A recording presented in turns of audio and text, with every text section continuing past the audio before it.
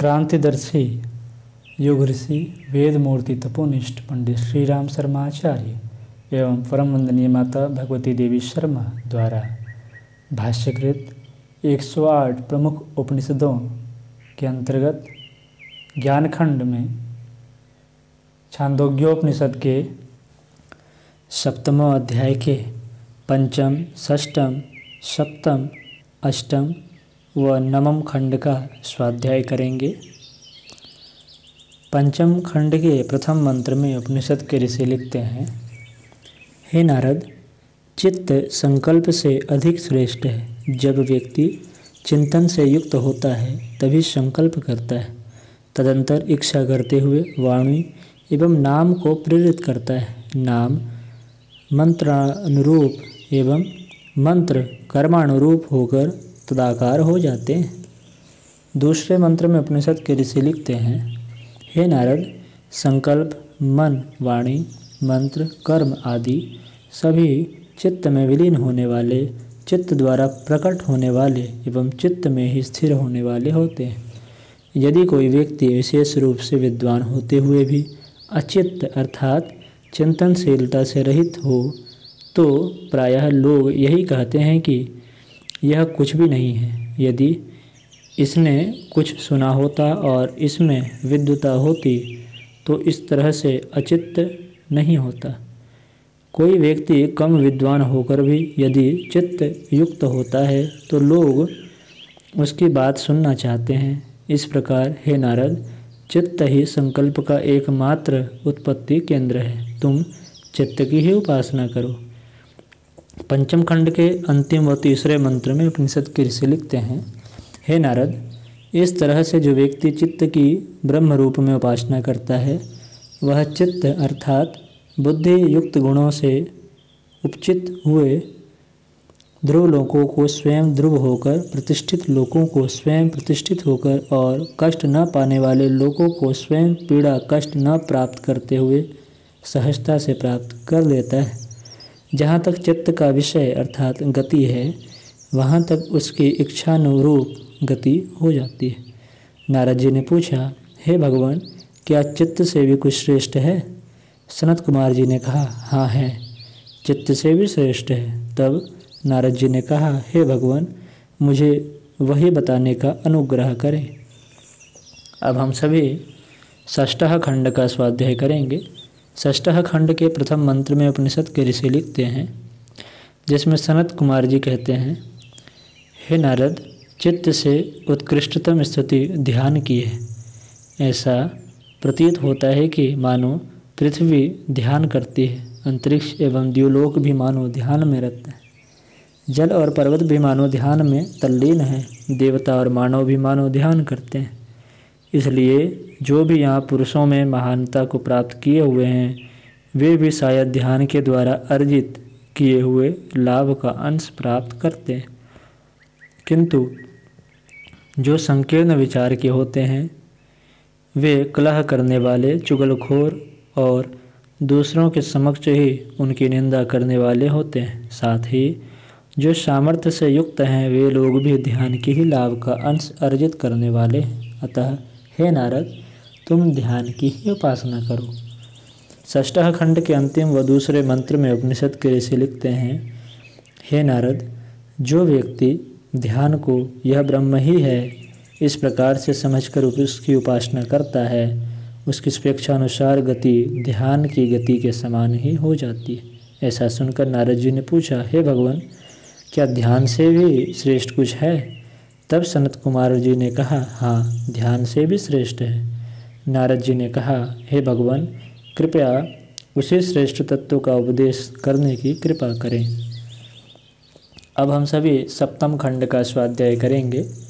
सप्तम खंड के प्रथम मंत्र में उपनिषद के ऋषि लिखते हैं, जिसमें सनत कुमार जी कहते हैं, हे नारद, ध्यान से भी अधिक श्रेष्ठ विज्ञान है। विज्ञान द्वारा ही मनुष्य ऋग्वेद को जानता है, यजुर्वेद, सामवेद और चतुर्थ अथर्ववेद, पंचम वेद, इतिहास, पुराण, व्याकरण, श्राद्ध, कल्प, गणित, उत्पाद ज्ञान, निधि शास्त्र, तर्कशास्त्र, नीतिशास्त्र, देव विद्या, निरुक्त ब्रह्म विद्या, भूत विद्या, धनुर्वेद, ज्योतिष, सर्प विद्या, शिल्प विद्या, देवलोक, पृथ्वी, वायु, आकाश, जल, तेज, देव, मनुष्य, पशु पक्षी, तृण, वनस्पति, श्वापद, कीट पतंग, पिपीलिका पर्यंत समस्त जीव, धर्म अधर्म, सत्य सत्य, साधु असाधु, मनोज्य अमनोज्य, अन्न रस तथा इहलोक एवं परलोक आदि को विज्ञान द्वारा ही जानता है। इसलिए हे नारद,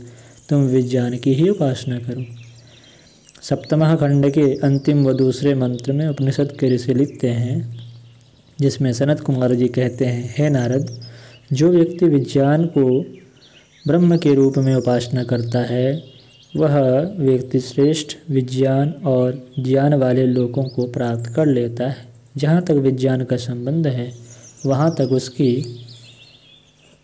यथेच्छ गति होती है। नारद जी ने कहा, हे भगवान, क्या विज्ञान से भी श्रेष्ठ कुछ है? सनत कुमार जी ने कहा, हाँ है। नारद जी ने कहा, भगवान, मुझे उसी श्रेष्ठ तत्व का उपदेश करने की कृपा करें। अब हम सभी अष्टम खंड का स्वाध्याय करेंगे। अष्टम खंड के प्रथम मंत्र में उपनिषद के ऋषि लिखते हैं, जिसमें सनत कुमार जी कह रहे हैं, हे नारद, बाल विज्ञान से भी अधिक श्रेष्ठ है। सो विज्ञानवेत्ताओं को एक बलवान व्यक्ति कपा देता है।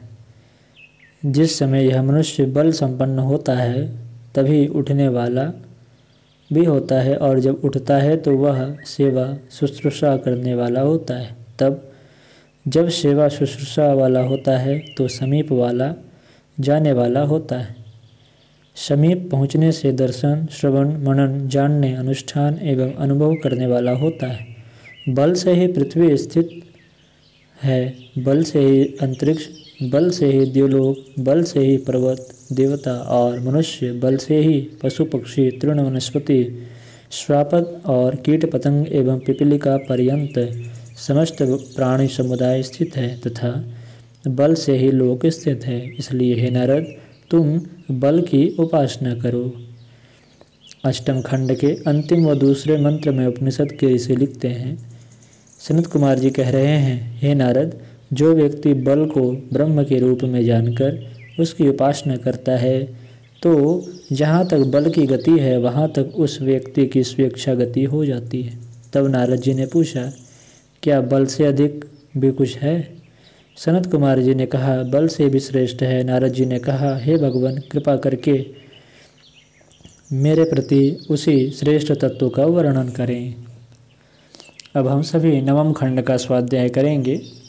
नवम खंड के प्रथम मंत्र में उपनिषद के ऋषि लिखते हैं, हे नारद, अन्न बल से अधिक श्रेष्ठ है। यदि कोई व्यक्ति 10 दिन तक भोजन न ग्रहण करे और जीवित रह जाए, तब भी वह दर्शन, श्रवण, मनन, बोध, अनुष्ठान और अनुभव आदि करने में प्रायः असमर्थ ही हो जाता है। पुनश्च यदि उसे अन्न की प्राप्ति होने लगे, तो वह दर्शन, श्रवण, मनन, बोध, अनुष्ठान एवं अनुभूति करने में समर्थ हो जाता है। अतः हे नारद, तुम इस श्रेष्ठ अन्न की ही उपासना करो। नवम खंड के अंतिम व दूसरे मंत्र में उपनिषद के ऋषि लिखते हैं, सनत कुमार जी कहते हैं, हे नारद, जो भी व्यक्ति अन्न को ही ब्रह्म के रूप में मानकर उपासना करता है, वह अन्न एवं जल से परिपूर्ण लोकों को प्राप्त करता है। जहाँ तक अन्न की गति होती है, वहाँ तक वह अपनी इच्छा से पहुँच सकता है। नारद जी ने पूछा, हे भगवान, अन्न से भी उत्कृष्ट कुछ है क्या? सनत कुमार जी ने कहा, हाँ है। नारद जी ने कहा, हे भगवान, मुझे तो उसी श्रेष्ठ तत्व का उपदेश करने की कृपा करें। आज की कक्षा में इतना ही। अगली चर्चा हम लोग अगली कक्षा में करेंगे।